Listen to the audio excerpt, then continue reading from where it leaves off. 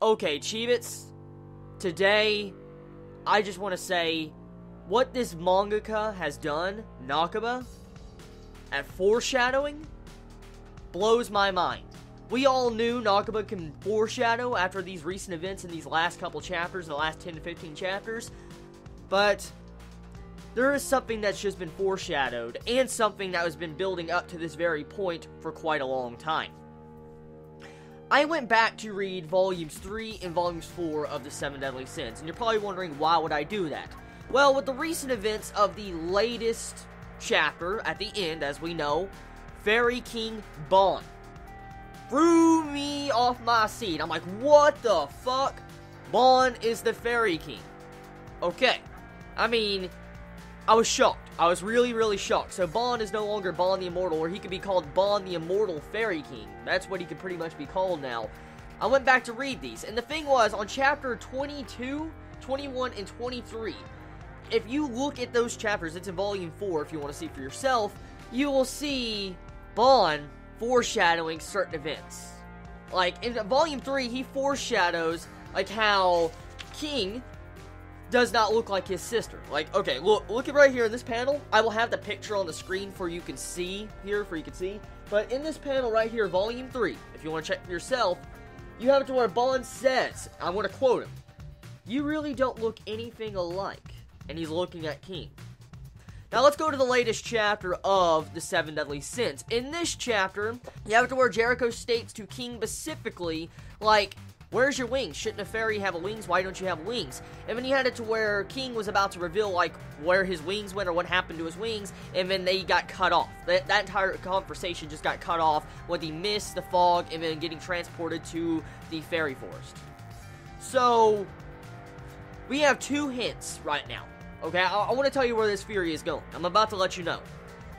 That one theory I just brought up, that one panel, like the first panel I brought up, that was from chapter 22. 22! Oh my god!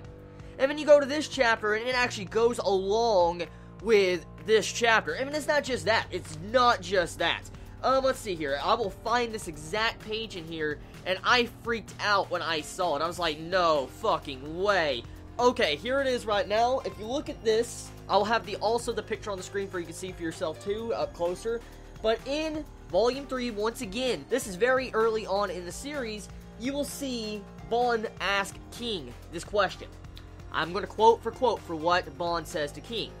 "You again, you King impersonator." Let's think about the context of this chapter, the latest chapter of the 7 Deadly Sins. Who is the new Fairy King? Ban. Who is no longer the Fairy King? King. Now, let's dive in deeper. Ban, why would he call him an imposter, honestly? I mean, at first glance, it looks just because, you know, he disappeared for a while, but are those lines meant to foreshadow the events that just currently happened in the manga? Because technically, Ban would be the king, the Fairy King, in that moment of these chapters. Wow. Mind blown. Mind fucking blown. The foreshadowing is just there. Since the very early days of this series. Oh my god. Okay, so let's dive in deeper with the theory crafting I want to get into. With the first two panels I showed you earlier about how you had to where Ban asked King, like, you look nothing alike, and then I said how Jericho asked King, like, you don't have your wings, why don't you have any wings, and it got cut off. Those two panels, they hint at something that just made my eyes do what when I went back to read this volume. What if this is a theory? Now, theories are meant to be broken and proven wrong. But from what I read and what I looked at, it proves that maybe, just maybe, King and Elaine are not blood related. That's what that shows. It shows that they're not fully blood sister and brother. Another thing too. What happened to King's wings? What happened to his wings? Looking at the chapter, like looking at these chapters too, I went back to Ban's backstory, and I do not see Elaine's wings at all. So Elaine does not have any wings either, just like King. But it's strange, like, why doesn't she have any wings also? She has these little, like, bow tie on the back of her shirt, as I'm seeing here. I don't know if you can make that out or not, right there. But she doesn't really have any wings, though, unless they're covered in that bow tie. So, what happened to the wings? We also find out, to become a fairy king, you don't necessarily have to be a fairy. You don't have to be a fairy, because Ban is a straight-up fucking human. He is a human, he's only been immortal for the past 20 years, because he drunk the Fountain of Youth. So, it proves that you don't have to be an actual fairy to become the Fairy King. I'm guessing, as a couple Chibi said, and I said myself, to become Fairy King, you would have to probably just protect the forest. You have to be the protector of the forest. And so you get that title bestowed to you. For instance, you become the Fairy King. So, with that entire event, it's possible. It's a stretch, like I said, it's a fucking stretch. It's possible either Elaine and King are not blood related at all, or King is not really a fairy.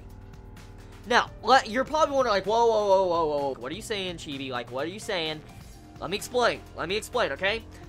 I was given a link by a fellow Chibi that really loves Taizai, and as we all know, if you pretty much look deep into Taizai, you'll find out a lot of the names of the different characters are references to different legends, different mythological legends in the past. And the thing was, someone gave me a link to, Harkland King's name. For instance, King's full name. It starts with an H. I'll have it on the screen here or whatever. But pretty much, King's full name.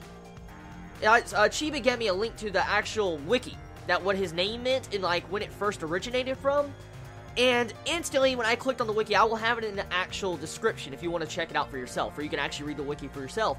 But looking at this character that was called the same full name as King, and he was like a French person.